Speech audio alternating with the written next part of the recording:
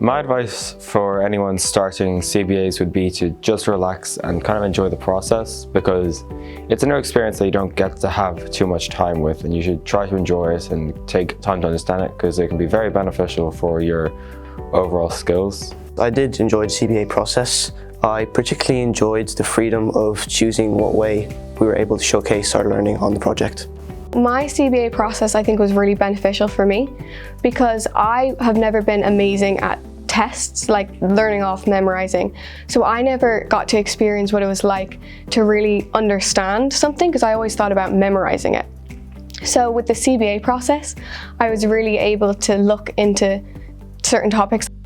I think from the CBA I gained a lot of creativity, because you're able to choose the mediums that you use and the type of project that you do, for example a presentation, an essay, a poster board.